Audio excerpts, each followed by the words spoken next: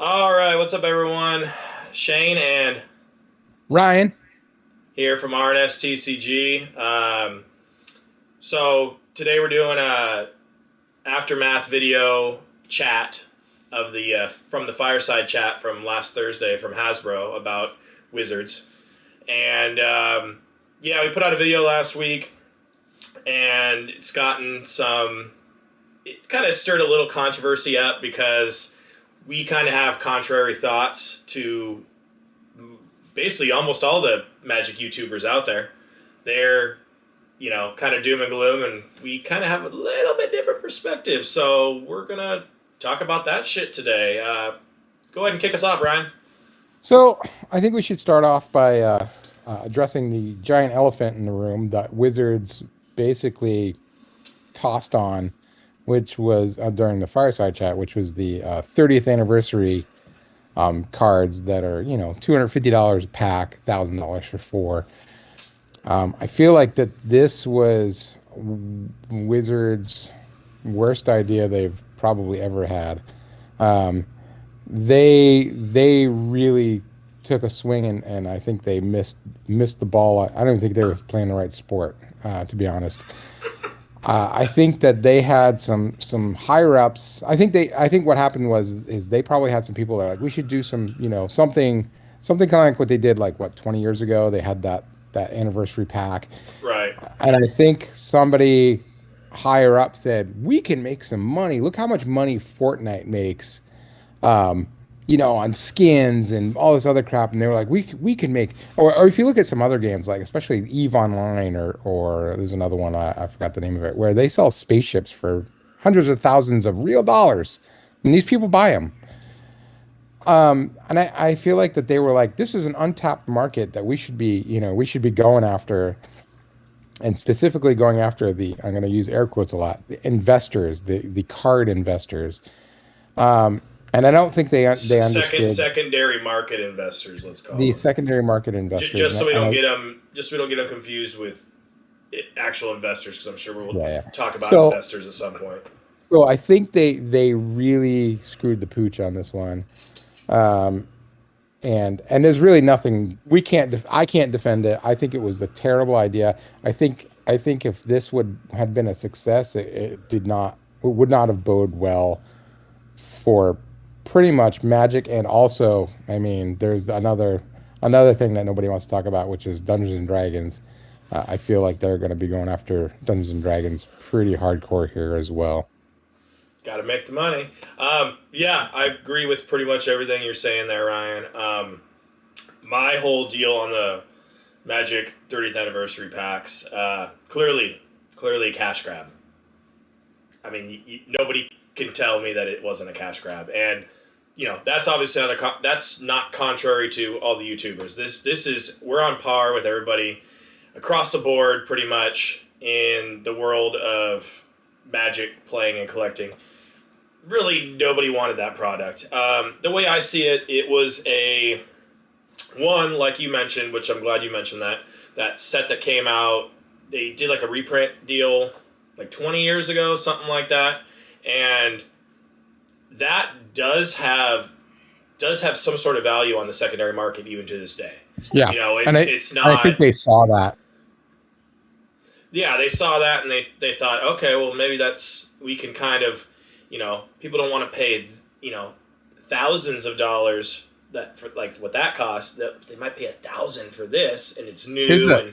And I guess my main thing here is the way I see it, total cash grab, but it was Wizards saying to themselves, hey, take a swing. If it works, it does. If it doesn't, it doesn't. No big deal, because it was a low risk, high reward type situation. Because here's the deal. Okay, you designed a different back for these cards. Other than that, you didn't have to pay anybody for artwork. You already had the artwork in your catalog. You just set the printers to run and poop this shit out. And Yeah. if people pay $1,000 fucking, well, Here's fuck. here's the thing. I think IGN did a video where they had statisticians going over the drop rates and whatnot, and they found out that in order to pull, statistically speaking, in order to pull the Black Lotus, right, which is a card that can go from anywhere from 100,000 on up to, I've seen it, $250,000. In order to pull a Black Lotus, you have to spend over $100,000 in packs to pull And one. and At that that isn't point, and it isn't at going that to be point, buy a worth the real same one. value as an original. It won't. Exactly. It doesn't hold the value of an original. So And we've seen a lot of this. People are like, "Well, I'm just going to buy proxies and blah blah blah," and I have no problem with that. If you want to buy proxies to play in your play group, that's fine. Because that is a legitimate way to get a Black Lotus in your play group, right? But I feel if you're going or to just don't spend the worry about money, it. I feel like if you're going to spend the money on proxies rather than buying one for one proxies, like they should be going out and buying all art proxies and supporting ones that are put out by artists and support those artists.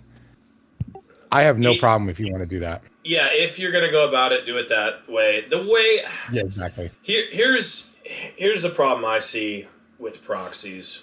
One, if they're not alt art ones, if they're one for one reprints or close enough to one for one reprints, I see a few issues with that. One, you're supporting counterfeits. You're giving money to probably somebody in China Oh that's no, you give you, money to China. yeah, you're giving money to China. Period. Yeah, I guess there you go. Period. You're giving money to China, and you're basically by giving them money, they're just going to continue to do it. And the problem on top of that I have is what happens if these are close enough to real looking. What happens if enough people are buying proxies, and there's enough proxies over here now, and then People don't know. somebody starts selling proxies as real things, which people do. But if Yeah, more and more people start and I'll buying get to proxies. I'll get to there's a person I'll talk about later, and he's been accused of selling counterfeit. Oh, okay. So yeah, we'll come back to that point. But then, here's the deal. If you want to buy proxies, no skin off my fucking nose. I really don't care. I actually had a back and forth with the guy in the comment section of our Fireside Chat video.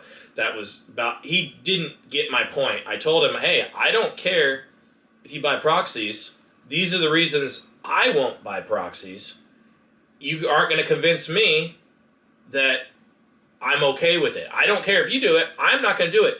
And all he had in his head was trying to convince me that that's the way it should be. He wouldn't listen to any viewpoint other than his own.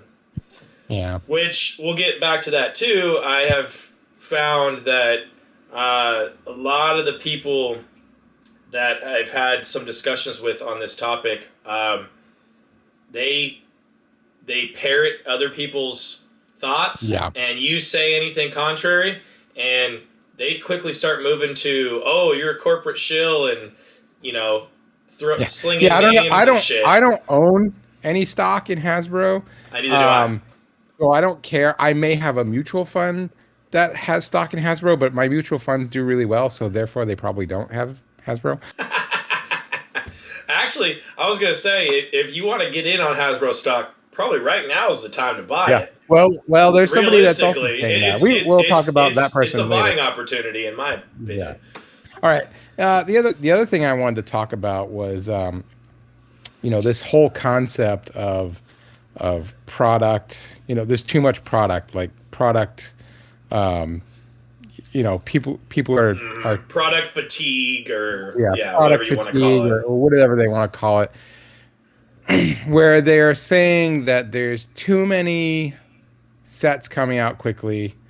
There's too many of the same set, too many different versions of the same thing coming out. Like, for example, you've got draft boosters, you've got set boosters, you've got collector's boxes, you've got, the commander sets, and then they've got a few other, jumpstart.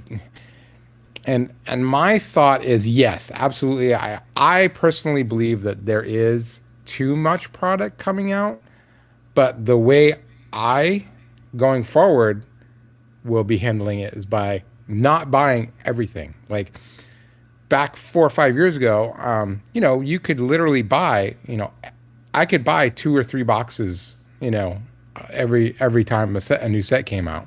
Yeah. With commanders, right? And all the commander boxes and whatnot. And now they have so many different sets. It's like, well, no, I think I'm still just going to buy draft boxes and maybe 1 or 2 commanders. those other things are not for me, so I'm not going to spend my money on it. And I feel like a lot of people have been complaining about it mostly because like it's called the fear of missing out. Like Good old they FOMO. feel like they need to have it. Like if they're putting it out, they have to buy it because there might be Yeah. something in it that they want. But my own personal experience, like I'm only going to buy the stuff that I'm interested in. Like I definitely foresee not buying any of the, Dominaria, remastered or the No. Lord of the Rings that's coming out. Like I don't give a crap about those things. So I'm not going to spend my money on it. Yeah, And here's that's the crazy part. Like if you think that like Wizards is printing too much stuff, don't buy there's an it. easy way to vote with your wallet. Don't buy it. Uh huh. And if it turns out that, that they've oversaturated the market with stuff and people stop buying something, they're going to stop making it. That's my whole point exactly. It's I've been telling people left and right in the comments on YouTube. People, vote with your wallets. That, and take that how you want that to mean. Some people say, "Oh, I'm not going to buy anything at all anymore. I'm going to buy proxies." Well, you're definitely in the minority. The people that are saying I ain't going to buy anything anymore. But here's the deal. Let me get this in your heads here real quick. You don't have to buy a product just because Wizards puts it out. It's here's the deal. I'm gonna pull something up on the screen. It's gonna cover me up because of where I have it set up, but yeah, whatever. Pull something up here. Oh, let me help so I put it above us. So we're looking at the product lineup here for Phyrexia. All will be one. All is one. And there was a YouTuber, Solar Games or something like that I watched today. That's where I pulled this screen from. And he was showing the product lineup, and he was bitching and moaning because he's like, "Oh my God, there's 9 products for the next set that comes out." Well, bro, this is really no different than it's been the last 3 years. Here you got a set booster and a draft booster and a collector booster. That's no different. You got this completed edition bundle, which I mean they usually do some sort of bundle around Christmassy time, anyways. And this comes out in February, so kind of close. You got your regular bundle. That's normal. Welcome booster. That's normal. What that is just you go into a LGS and they hand that out to new players to get them interested in the game. You got your pre-release packs. That's normal. Secret lair times 3. That just means there's going to be 3 secret lairs popping out that have some sort of connection to this set. You got 2 commander decks, and then you got a jumpstart booster. Really, the only new things here are a jumpstart booster and the completed edition bundle. I mean, it's these people, and it's not just that one guy. There are several people out there right now bitching and moaning on YouTube about, "Oh my God, 9 products. 9 products for the next set." Where have you guys been? It's really no different than what it's been the last 3 years.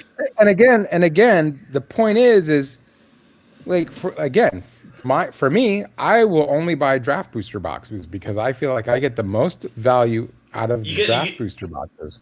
That's the way I feel too. Generally speaking, just from you and I doing box openings, from what I've seen, best bang for your buck has really been draft booster boxes. I mean, Yeah. set boosters have really been hit or miss. There's been like once or twice where we've done a set booster opening and it was like, "Oh, well, this is clearly better than the draft booster was." But for the most part, draft boosters have been the way to go. And I cannot. And collectors, collector, I wouldn't even. no, well, here's the problem with collector boosters. They have a very high price tag. Yeah, you're getting like a flashier version of the card, but if you don't really care about having the most high flashy version of the card, why bother? Just buy the regular, buy the Yeah. I just plan on buying draft boosters, maybe 1, 2, maybe all the commanders. I don't know because my personal play style is I don't like to stick with one deck at a time, as you can attest. I like to play. Well, you also like to play decks where you don't have any fucking creatures in your deck for some fucking reason. Sorry, carry on. Anyways, but anyways, the point is like you're not forced to buy all of these sets. When they all come out, you're not No. forced to buy them. And these people, and I think another thing that kind of confuses and irritates people is these card investors, these secondary market card investors. Right. I think they look at these products as a way of diminishing their. Now, here's where it's going to get tricky. Diminishing their sets. Like I feel like these people, they're not really investors. They don't really flip cards. They have a deck at home or they have cards at home that's worth, we'll just say they've got boxes of cards and they're worth $10,000. Mm-hmm. It's only worth $10,000 because they've gone on to TCG Player and they've priced them out. They haven't actually tried. They haven't actually sold them or bought them. They've just had them, and somebody's. We call that a perceived value. Yeah, so their perceived value is $10,000. When they actually go to try and sell it somewhere, they'd be lucky to get $1,000, I bet. Well, especially if they're just a regular average everyday Joe, they don't have a venue necessarily to dump or unload these things. And even if they go the route of eBay, as we can attest to, I mean, full disclosure here, yeah, we are a business. We do buy and sell Magic cards. We are on eBay. We sell cards. But, I mean, that doesn't change anything we're saying here. No, it doesn't. But even if you're selling on eBay, you're taking, right off the top, you're taking a 13% hit plus 30 cents per transaction plus whatever your shipping fees are. So if you have this 10,000 perceived value, one, you still have to be a competitive price in order to sell your stuff. So that 10,000 perceived is more like a 8,000, 8,500 real, and then you got minus fees. Yeah, and then you got to talk about like what conditions of the cards. Yeah, because if you try to sell them, if you try to turn around and sell them to a retail business, they ain't gonna give you full value. They're gonna give you 1/10 of the value. They're gonna give you pennies on the dollar for them. Mm-hmm. Maybe 2 pennies on the dollar if you get store credit, and that's really how they make those places get cards, is they buy with store credit. And here's the other thing. And there's nothing wrong with that. That's no, there's business. Nothing wrong with that. Yeah, and so here's the other thing is I think these people look at all these new sets that are coming out or reprints and whatnot as Wizards' way of diminishing the value of their cards, because there are going to be reprints, and these people are like, oh no, like they're putting out so much product, like my $5,000 commander deck is not going to be as powerful as a deck that just came out or whatnot. They've devalued my nest egg. Exactly. And what they're doing is they're playing gatekeeper.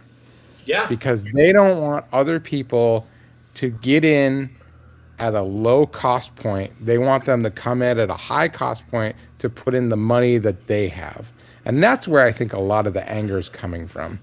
And caveat on that, or touching on that, not only that, but you have a lot of people that want the cake and have the cake and eat it too kind of syndrome here, where they want the cards they own, they want them to have this value, but at the same time they bitch and moan that, oh, the secondary market, like, some of this shit costs too much and blah blah blah. Bro, you can't have it both ways. If you want your shit to have value, you can't say, okay, I want that $100 card to be a $1 card now so that I can have it, and then as soon as I have it, I want it to have a $100 value. Like, yeah, that's the problem. That's stupid. I think that's the problem with a lot of these market and card investors is they don't understand how it works. Mm-hmm. Yeah, and so that's let me stop you real quick. They clearly don't understand how it works, and that's probably why their main investment in life is Magic cards. Yes, because they're actually not investing in real, tangible things. And sorry, real quick, don't get me wrong on that. I'm not saying don't if you want to invest some money in Magic cards, of course, please do so. But that shouldn't be your main investment by any Yeah, means. if your goal in life is to fucking find an alpha pack somewhere and crack a fucking Black Lotus, and that's gonna set you up for a while, you might you got I got issues. I got some beachfront in fucking Kansas. I'll sell you if that's the case. Yeah. Beachfront So property.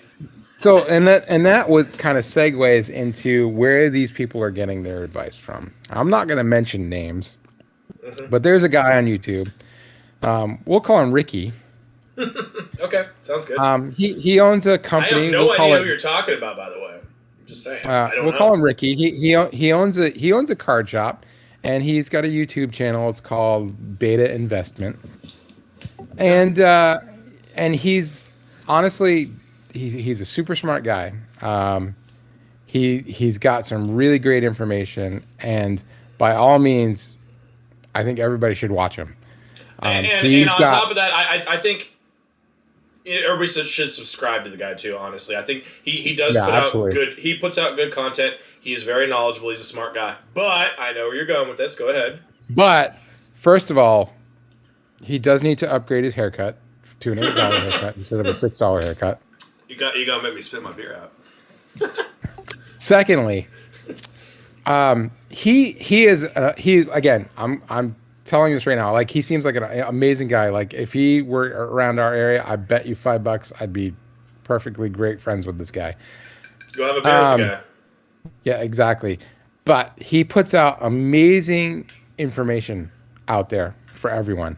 But And a lot of info. and a too. lot of it. And everyone should listen to him. But then they should understand where he's coming from. This guy owns a card shop. He owns a gaming shop. And I'll bet you $5 the bulk of his money that he makes is off secondary market cards. Like, we have around our area, we have quite a number of shops that make most of their money, and they are super successful using just secondary market stuff. And by saying that, this Ricky guy, he does his videos in his warehouse, and he's got boxes of product and all this other shit, and he talks constantly about, the way the market's going and blah blah blah, and he subtly is telling you, like, I've got product here. You should invest in this. This is a great opportunity for you to buy, Weiss Schwartz or Pokemon or whatever. MetaZoo. Yeah, or whatever. And he's, Magic is on the decline, and people aren't buying as much product on Magic, and so again, perfectly sound investment intelligence here by saying, when something is on the downswing, perfect time to buy. Buy. And by the way, I think that's an NSYNC song. I've got some of that product if you'd like to buy it, because it's now's a good time to buy it. Yeah, no, it's clearly when he talks, he puts out basically a legit message. When I say basically, I mean, not all of his videos have an ulterior motive, but it's pretty clear to you and I which ones do, because you and I talk about this. And that's exactly what he does. He paints a bit of a doom. He gives you a tidbit of knowledge. He paints some sort of bit of a doom and gloom picture, or, hey, here's an opportunity, or however he wants to spin it, and then read between the lines here, slyly points out the fact that, hey, I got my Patreon, I'm trying to, people have been contacting me about, buying product from me, and, here's my warehouse, and I got all this shit behind me here, and I've bought a bunch of this, and this has been a good investment for me, and blah, blah, blah, blah, blah, blah, blah. I mean, it's pretty clear as day to you and I that he, like I said, he puts out a decent message, usually. Sometimes it's a doom and gloom, like a lot of these YouTubers, and that's why we got on this whole rant, because they were wrong. But anyways, he does that, and then slyly slips it in the back of your head. Oh, by the way, that stuff I was talking about is a good opportunity. I have that shit. You Oh, yeah. want to And hey here's little boy, I got some candy in the back of my fucking windowless van here. yeah. So, and here's the part that's, again, we're talking about these people that are parroting him. He is, if you watch the timeline of events, he's the first one to come out with information on Yes, something that happens, right? he's the tip of the pyramid, the top of the He's Christmas the tree tip, over and there. then you can watch all these other YouTubers follow suit with the same exact thing, Same right? info, same exact And here's info. and here's the, and here's the part that's the best. Why I think he's fucking brilliant. He then goes on to a different subject, completely different. He'll maybe talk about it a little bit more, but for the most part, within a day or two, that's done. Let's move on to something else. But all these other people are doing the footwork for him. Right. They're propagating this notion that something is happening within the world of magic that he's kind of started. And in all fairness, he is probably the that I'm aware of, probably the biggest propagator of this kind of stuff. But he's not the only one. In all fairness, there are other big YouTubers that do the same Yeah. exact shit. Yeah, well, and then it kind of trickles I down think to there's someone. this one that's called like Dominaria High School or something. He does some of that shit. And there's this one guy. He's called the Magic Paleontologist. I think Yeah. he does some of that kind of shit too. So Well, and I'll name drop another one. In my opinion, the only one that I would really listen to, and he has been doom and gloom as of late, is the Tolarian College, the professor. Hey, I thought that was the Dominaria fucking high school. What are we doing here? Whatever.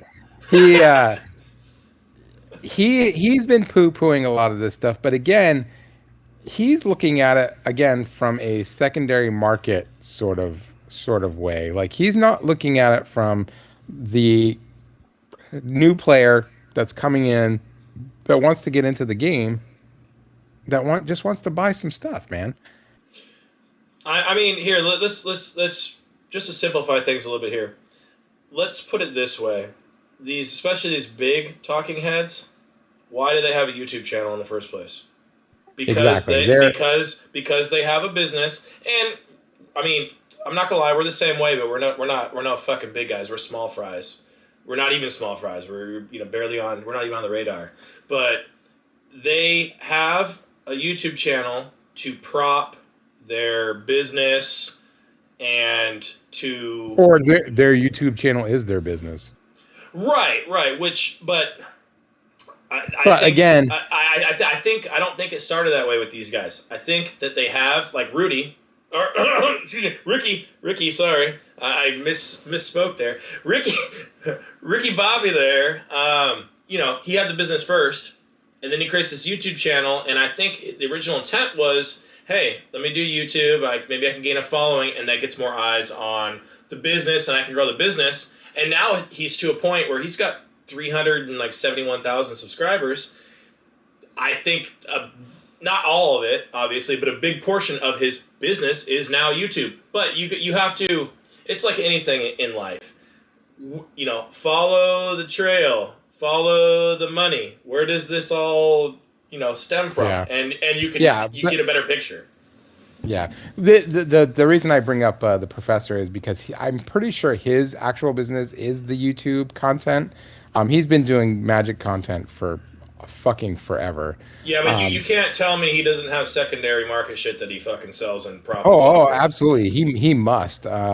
I guarantee He absolutely he must. But again, he comes off as someone who is mostly interested in the game and its health. So I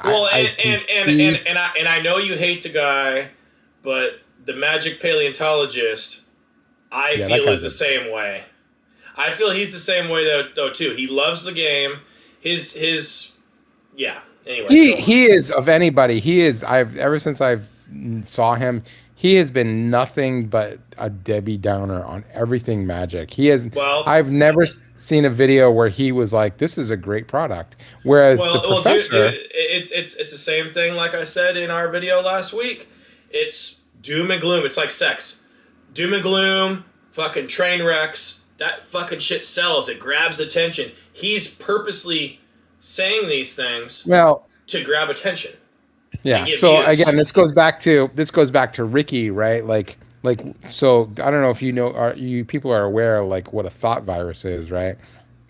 A thought virus is Is something that that is that when your dick turns green and it falls off because you got a virus from a no thought? thought virus. It's where Oh, thoughts. it's it's where you're especially negative feelings and negative thoughts are they propagate, and they are much easier to spread to other people. And I feel like Oh yeah. that's how a lot of these people are gaining views, is because it's easier to bitch and moan and complain and get all the other people that are bitching and moaning and complaining to agree with you, whereas people who are just enjoying the game and literally just enjoy the game for the game, they they got better things to do. They're happy with their lives. They don't need to make other people feel their misery. Well, I mean, it's easier to get people whipped up into a frenzy of emotion and especially negative emotion than it is to get everybody in a happy mood. It's way easier to prey on that. I mean, it's just that's just human Yeah, nature. it is human nature, unfortunately. So, I mean, I don't know if there's anything else really to talk about. Was there anything we missed? I mean, we could kind of gloss over the D&D. We don't necessarily do Dungeons and Dragons stuff, but I mean, a lot of I these mean, people are like, "Oh, I'm Dungeons." sure. I'm sure there's more stuff we can talk about, but yeah, let's go ahead and gloss over D&D first, and then So, so I think the Dungeons and Dragons, these people were, oh well, Dungeons and Dragons is next, and they're gonna monetize Dungeons and Dragons, and I'm like, they've been monetizing Dungeons and Dragons for since it 50 years. basically came out. With modules and DM screens and dice and these people, and if you can't afford Dungeons and Dragons, you just play Dungeons and Dragons the old-fashioned way. We used to, when we were kids, we would draw the fucking, all the players the players sheets. We didn't need to go buy player, sheets off the shelf. They even give you a free one that you have free rights to photocopy in the player's handbook. I Or you think what just they're you go on the internet and do a Google search. They're right there. Print Yeah. them out. And I think what they're planning on doing is going to monetize, kind of like what a lot of people, they're going to try and monetize the virtual tabletop space. So that, and they're monetizing the IP, the intellectual property. Yeah, with movies and They're TV shows. movies, TV shows, comics, possibly any kind of media that they can plaster that stuff on. They're probably going to. And here's the deal. That might get some of you upset. That's Yeah, whoa, wizards they're greedy. They're a bunch of greedy bastards. they're a bunch of greedy fucks. Well, hey, here's the deal. They are a business. They are a publicly traded business that has to answer to shareholders who invest their money in the company so that the company can grow. What do you think a fucking business's main primary deal is? To make money. And Yeah, there's nothing and wrong with that. in order for these businesses to grow, what they have to do is they either have to borrow money from a bank, or what they do is they sell shares, right? And they have a limited number of shares.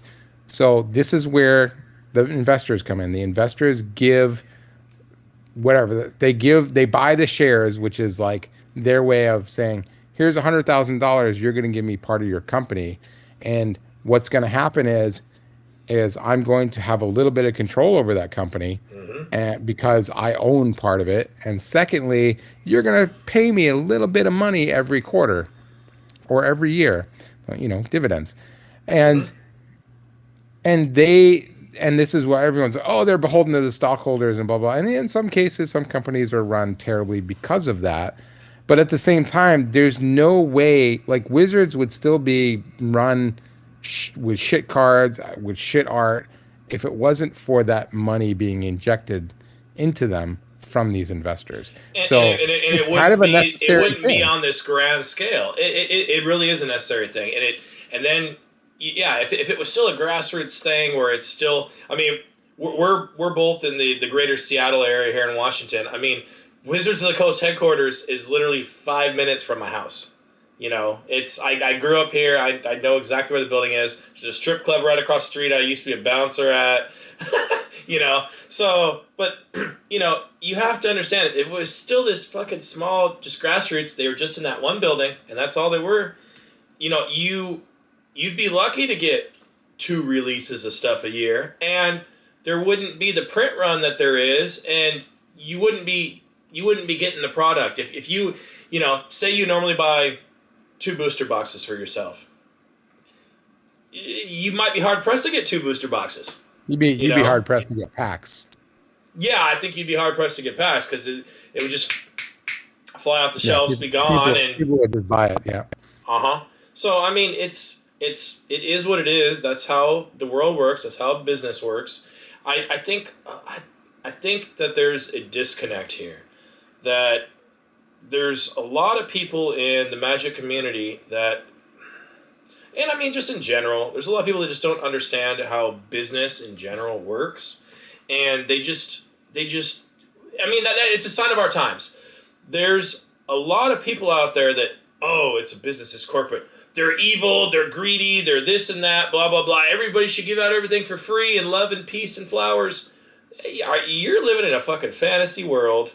You got to understand, their business, their main deal is to make a profit. That is their main thing. And since they're a publicly traded company, they have to, you know, they have to deal with their investors. They're beholden to make a profit. They are definitely beholden to make a profit. And here's the deal. And you mentioned dividends. Even businesses that don't give out dividends, here's the deal. They have to grow the company and grow the price of the stock over time, or they're not going to get investors. People invest money to grow their investments. They don't invest money to lose money. And here's the deal. If Wizards prints products and puts out products because there are buyers for it. They're not printing stuff into oblivion, as a lot of you guys are saying out there. They're not just printing stuff just to print stuff, and it's not just sitting on shelves. No, it's flying off shelves. It's selling left and right, you know. Here's the deal. If they were really printing stuff into oblivion, then they'd be losing money, and there'd be a warehouses full of product, and every LGS that you saw would have cases of product and trying to... And they'd have to discount it just to get rid of it. Yeah, discount it and trying to push it out the door. When's the last time, Ryan, you went to an LGS and you're like, well, I'm looking at buying some Magic product. Oh, shit, hold on a second here. We discounted this product. You want some of this. When's the last time that happened with Magic? The only time it's ever happened has happened at the place near you. I won't mention their name. I went in, you go in there and they've got rows of sets, unopened sets. Yeah, that's older shit though. Older shit. You could tell the ones that haven't sold because they're like $50 a box. Oh, okay. Well, okay. Yeah, fair enough on that, but it's not like they have cases full of that shit. No, they don't have cases. They probably have. Well, they might have. They might have a case. Yeah. Maybe. But yeah, okay. No, every time Fair I go into my local LGS, the price keeps going up. Which means it's harder and harder for them to get product. I got us another topic here. Just remembered this one. So, one of the commenters on our Fireside Chat video from last week, you know, hate to keep bringing up these doom and gloomers, but that seems to be the majority of the people on social media. We won't just say YouTube. I think it's social media in general. Other than, as you pointed out, Reddit. Maybe we should get to Reddit too in a minute here about you-know-who, Ricky. But this guy was saying, hey, Wizards is on a bad path, and they're running Hasbro's running Magic into the ground, and the LGSs are going up, and the local game stores are going up in flames. They're disappearing. They're going up in flames, and I had to come in there and say, well, I really don't know what area you live in, but I'm in the greater Seattle area, and the last 2 to 3 years, there have been LGS is popping up left and right around this area within a 20-mile range or so, 30-mile range. Not just that, the established ones that have been around forever are expanding largely. Yes. They're doing okay. We won't mention the one that's close to me again, what their name is, but we'll call him Tim. He's the brother's owner. He's worked there since they opened the place. And they've been around since early 2000s. Go in and talk to him. He knows me. Go in and talk to him. Business has never been better. And not just Magic. I mean, we're not just talking about Magic. We're talking about TCGs. They have board game stuff too, but it's mainly TCG. But they're famous for their cards because they are very famous for Magic, especially because they have a huge selection of secondary market cards, singles, and they're doing better than ever. They're one of these ones Ryan's talking about here that just expanded. They moved into a different building, a lot bigger building. And a lot higher, I guarantee you, based on the area, a lot higher rent cost. And they're doing great. Every time I walk in there, there's several people in there. Every time. And they're, one caveat, they are being a little slow to open up in-store gaming and stuff. Because I guess they're still kind of, fucking cat in the background here looking at himself. I guess maybe they're still a little scared of COVID. I don't know, whatever. But anyways, when they do open it back up to in-store gaming again, which should be fairly soon here. If they haven't already, it's been a couple weeks since I've been down there. The place is going to be exploding, packed all the time. Well, yeah. Because it always was. My local TCG, which I went into Sunday, they have a lot more than just Magic. They're not big on selling as much secondary market cards. They do have a decent amount, but they got some. I've bought some there before. Yeah, they mostly do like tabletop games, but they have a healthy division of people that play D&D, Magic, tabletop games. Commander in particular, right? Commander in particular. But I went in there on Sunday, just to do some Christmas shopping. The place. There was no place to sit down if you wanted to play a game. It was which is ridiculous to hear because that place has a huge gaming floor, a huge gaming area. Yeah, it's humongous. Yeah, we're talking what, probably close to 3,000 square feet. Yeah, it's ginormous, and it's a big building. And it's crazy to see that. I mean, it's great because I want them to succeed. But again, there's no, I think there's a disconnect between these investors, these secondary market card investors, and the people that are playing the game to play the game, which is to have fun, enjoy other people's company, and collect some cards, right? Like the cards are cool, man. Yeah, no, for sure. That's what it was about from the beginning. It's a fun, challenging game. You get together with friends, you meet new people, you build these decks, you get whomped on, you learn your lesson, you build a better deck. There's strategy involved. It's just, what's not to love about the game? And I think a lot of people have lost sight of that. There's a lot of people that are they've lost sight of it because they're like, my deck is worth money, therefore whatever. I don't want other people to have a deck that's like, I don't know. It's this weird dynamic, I think, with these people that look at the value of their decks and think that everything should fall into that same category. Like they don't want other people to have. I feel like they want other people to have to spend that kind of money in order to get that kind of power level to some of these decks. And it's just Well, like, again, I will, I do agree with a lot of people. I understand why. I understand why people are mad. I do get it. sure. But again, I hate to break it down again is you don't buy it. There's an easy solution to all of this. Don't buy stuff you don't want. You don't And need to buy every goddamn fucking product that they put out. you don't need to buy Plain and everything. simple as that. And if it boils down to it, buy singles instead. If you don't want to have a whole set and you just need a couple cards, just buy those cards. You'll be better off. And there's And nothing here's wrong the with that. killer. And here's the killer part. Is if it actually if what you believe is what everyone else believes and they do the same thing, then Wizards will get the message. Because here's something people don't seem to also understand. When it comes to secondary card market, Wizards doesn't give a flying fuck about secondary card markets. And you know why? And why would they? And you know why they don't give a fuck? Because they make no money off of secondary card market. They make zero money off the secondary card market.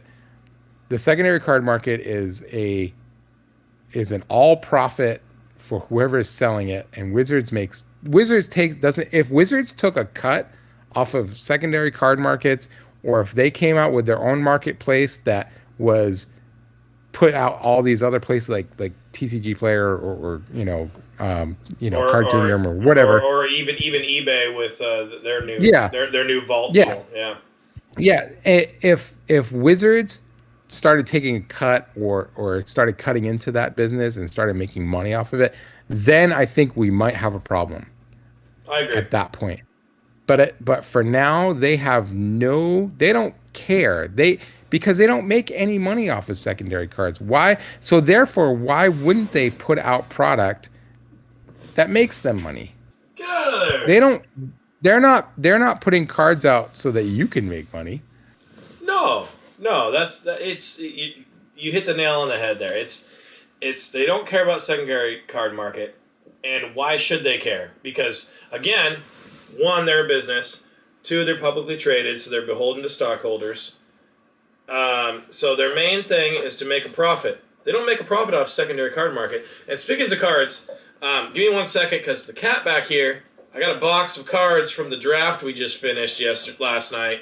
He's getting into it. I think he's going to knock my cards over. So give me 1 second. You go ahead and keep talking on your point here. I'll be right back. I'm going to grab another beer real quick, too. I'll be right back. Yeah, so, I mean, I think the community, I don't know if anybody's going to watch this. I hope people do. But I think the community needs to understand, like, yes, I totally get why you're mad and why you think Wizards is ruining the game. Like, I understand that. And unfortunately, that's sort of been like the trend since Hasbro bought them. And Hasbro has not been the greatest. They're not the greatest company. They're not run well.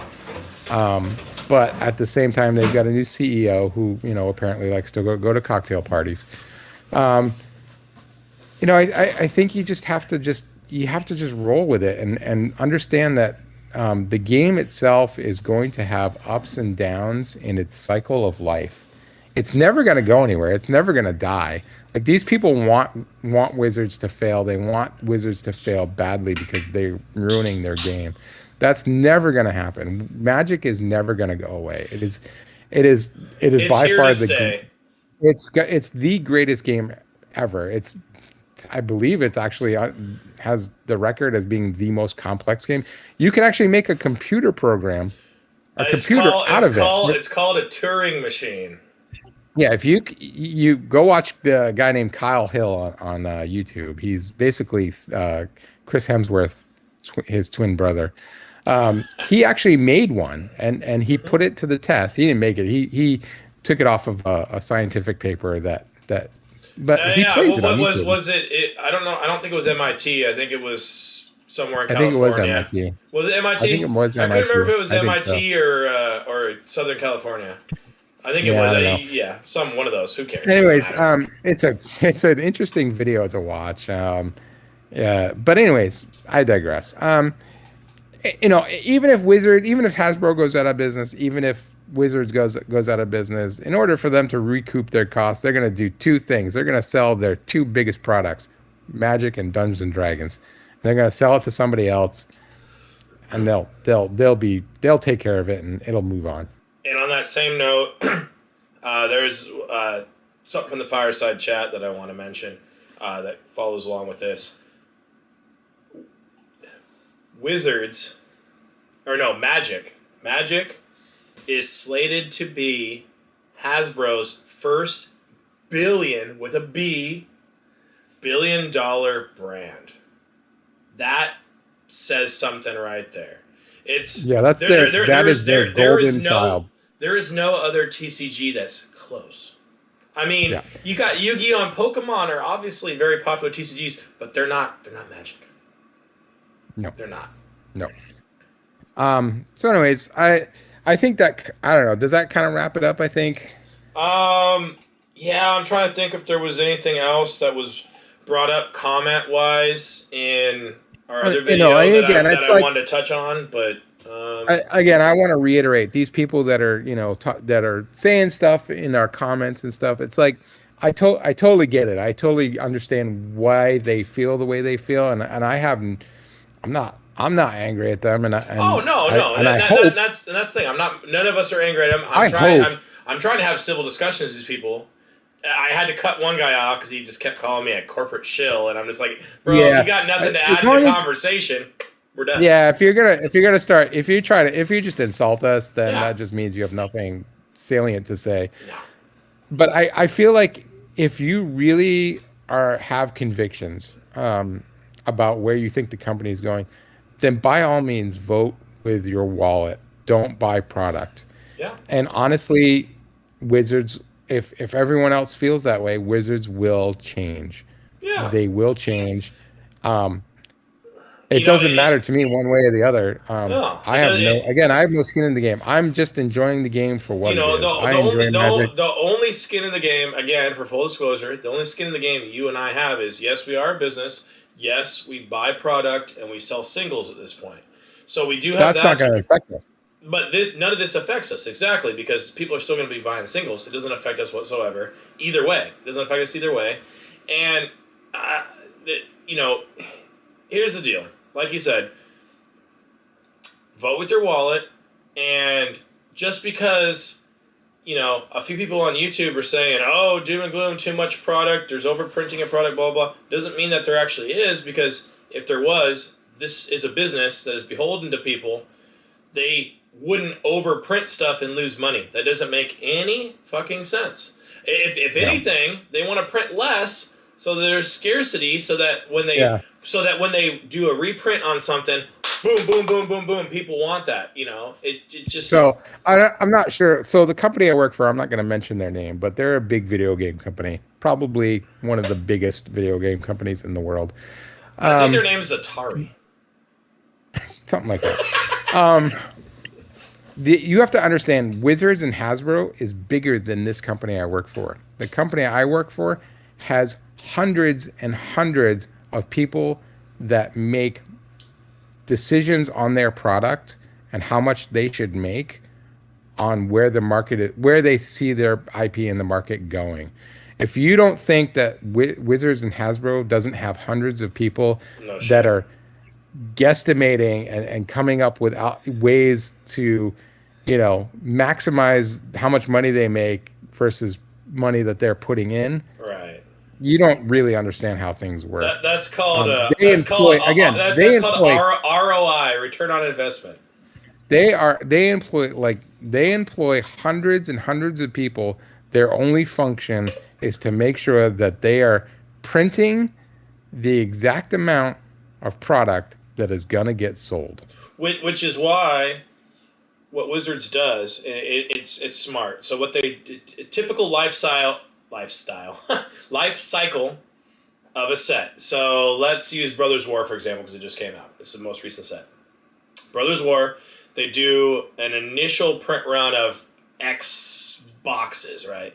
They do that, and then when that depletes down to a certain level, they issue a second print run because they see, oh, hey, there's demand.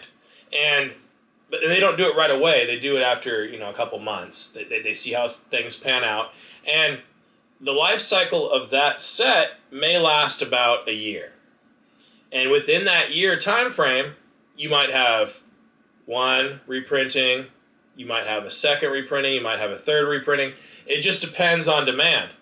And they forecast, like you said, they forecast a certain amount, they print that out, and then based on demand and sales numbers after that, they put more out there in the market. That's how it works. It's just, they're not. Yeah, they don't go on forums. Yeah, go ahead. They don't go on forums and go, oh, everybody's bitching about how they're overprinting, and that's the other thing I want to bring up. Let's briefly. I'm going to briefly just touch on this. Bank of America. Okay. Double downgrading Hasbro because they downgraded it from a buy to two basis points to underperform. Let's make sure we say exactly what that is, and realistically, doesn't. So that really they said their reasoning was they talked to some people that said that there was product fatigue and there was too much printing going on and blah blah blah blah blah, which then facilitated this whole fireside chat. Which makes no sense. All right, so here's where I'm kind of sketch on this whole thing. They either didn't talk to enough people, or they skimmed forums where historically the only people that post on forums are the vocal minority that are complaining, or it's possible there's somebody in Bank of America that is a secondary card market trader as well, is higher up enough in the chain to have made that call himself. No, I don't know which it is, but I suspect it's probably a combination of all three. I 100% agree with you because here's the deal. It's if there was legit product fatigue and there was legit overprinting, why would Magic do that? Why would Wizards do that? Why would they continue? Because they're not making. You would see it. You would see it pretty quickly in the amount of boxes of Brothers War that's still available. You would see the price difference in Brothers War. Just like we were talking about, 5-10 minutes ago with, you would go to your local LGS and they'd be fucking skimming the prices down on products, trying to fucking move it out the door. Yeah, they're not doing that. They're not. Secondary market investors, card market investors that are they want to buy these boxes for super cheap, sit on them for 5-10 years, and then sell them for a stupid motives. Yeah, we won't. Anyways, I think that's probably all I got to say. Yeah, the only other thing I want to say is here's the deal too with a lot of people that are kind of bitching and moaning about shit here. There's a lot of, again, I'm not going to name names either, but there are, and it's not just YouTubers, like people that produce videos like us, but it's commenters on YouTube too. There's a lot of people, and again, they're all kind of parroting off each other, but that's a different deal. They're all kind of saying similar thing, product fatigue, and there's too many different types of product, and blah, blah, blah, blah, blah. Here's the deal. You and I might like draft boosters. Joe Blow over here might like fucking set boosters. Fucking Tiffany over here might like fucking collector boosters. Fucking Jim Bob over here might like the fucking a special bundle pack or something. There's a seat for every fucking ass. Here's the deal. If there wasn't a seat for every ass, they wouldn't make all these different products. Why would they purposely make a subset of a product and continue to make these subsets with every release if they weren't selling? They wouldn't. That's just it's asinine to think that. I don't get why. Yeah. Well, I do get it because as mentioned earlier, it's stemming from the top down because you have somebody saying this, but they don't actually really necessarily believe 100% fully what they're saying because they have ulterior motives to it. But then people below them don't get it and are just Yeah, no, parroting the they're same thing, just they're or being spoon fed information. right, or it's a couple different things here. They're either they don't get it and they're just fucking parroting it because I like this guy and his Yeah, fucking or my his word brother's is friend law. said my Right, brother's friend's dog said that they're right. overprinting, therefore the So game must be it's going terrible. right. So it's either that or they're doing the same thing as the original guy that's saying this thing, and they got ulterior motives and they're profiting off of it, or I don't know. There's I'm sure there's some sort of other I just think use it's that case. they want everyone else to share in their misery of the Oh, hatred of where the game's going. I remember my third point here. The third or is they're just feeding off that's the hot topic right now. They're feeding off it to get viewers and subscribers to their channel. That's Yeah. the other one. Those are the three cases. Yeah. So, anyways, yeah, I think that probably wraps it up. That kind of gets everything out there in the open, I guess. and I really hope people watch this and understand where we're coming from. And, again, comment. But, Yeah. try not to be a dick about it. I mean, and here's the deal, too. I guess a dick comment is better than no comment. But, anyways. That's what you say to pics all the time, isn't it? Only when you send it to me.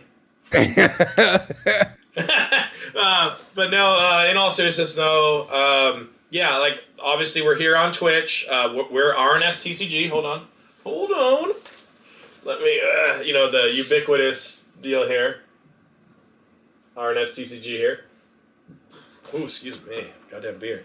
R&S TCG. We're here on Twitch. R_S_TCG. We're on YouTube. If you look for us on YouTube, we are R ampersand. For those that don't know, that's the and sign. S space TCG. And then you can search for the same thing. Or actually on eBay, we are RANDS TCG. That's how you can find us on eBay.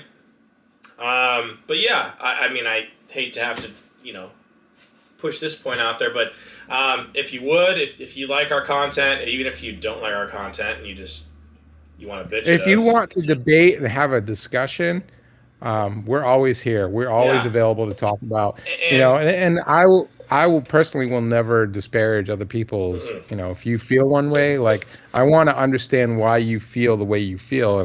But I also want you to reciprocate. I'll discuss it. I'll debate it with you if, especially if I don't agree, but I'm not going to call you names. I'm not going to disparage you. And as soon as you start doing that, I'm going to cut you off. But I guess the other thing out here is, if you could do us a favor, follow us here on Twitch, like this on YouTube. You got the like, subscribe, hit that bell button to be notified the next time. Oh, that's what we need. I need the little air horn. Pew, pew, pew, pew, pew. But yeah, right. I think I'm gonna. Yeah, if you could do that for us, that helps us out a lot because we're brand new and we're trying to grow here. Yeah. And I think we have knowledge to pass on and content to give you. Yeah, I think we do. And here's the deal. We're not parroting, as you've seen clearly. We're not parroting everybody else. We have original stuff to give you. So. Yeah. And and honestly, we'll be honest with you. If we're telling you something for our own reasons, we'll tell you. Yeah. Because again, I play the game just to play the game because I enjoy it. I don't have billions of dollars in boxes in my, garage. No, and here's the deal. So Ryan and I, we have a group of friends. It's me and him and two other guys, and we have a weekly game night every Wednesday. We go when we play Magic. When a new set comes out, we buy a couple booster boxes of that set, and we do a 4-week-long draft tournament with those two boxes. We do that with every standard legal set. We don't do it with special sets, typically. But we do it with every standard legal set that comes out. We are your typical Magic consumer, I would like to think. Yeah. we're not these high level collectors. I'm not trying to buy these super expensive cards. Do I have cards that have value? Of course I do. I've been playing this game since revised. You know, since I was in first grade. 35 right now. You do the math on that. Yeah. Yeah. I don't have quite the experience with Magic, but I have been playing Dungeons and Dragons since the 70s, so that should tell you something. Yes. It should tell you that he's Anyways, fucking old. With that, I'm gonna go. All right, man. Well, I guess we'll stop the stream here. And if you tuned in, thank you again for tuning in. And again, this is live right now on Twitch, and it will be uploaded tonight to YouTube for the YouTube viewers to check out. So, Peace out. Is that a fucking Al Borland to my fucking Tim the Two Man Taylor?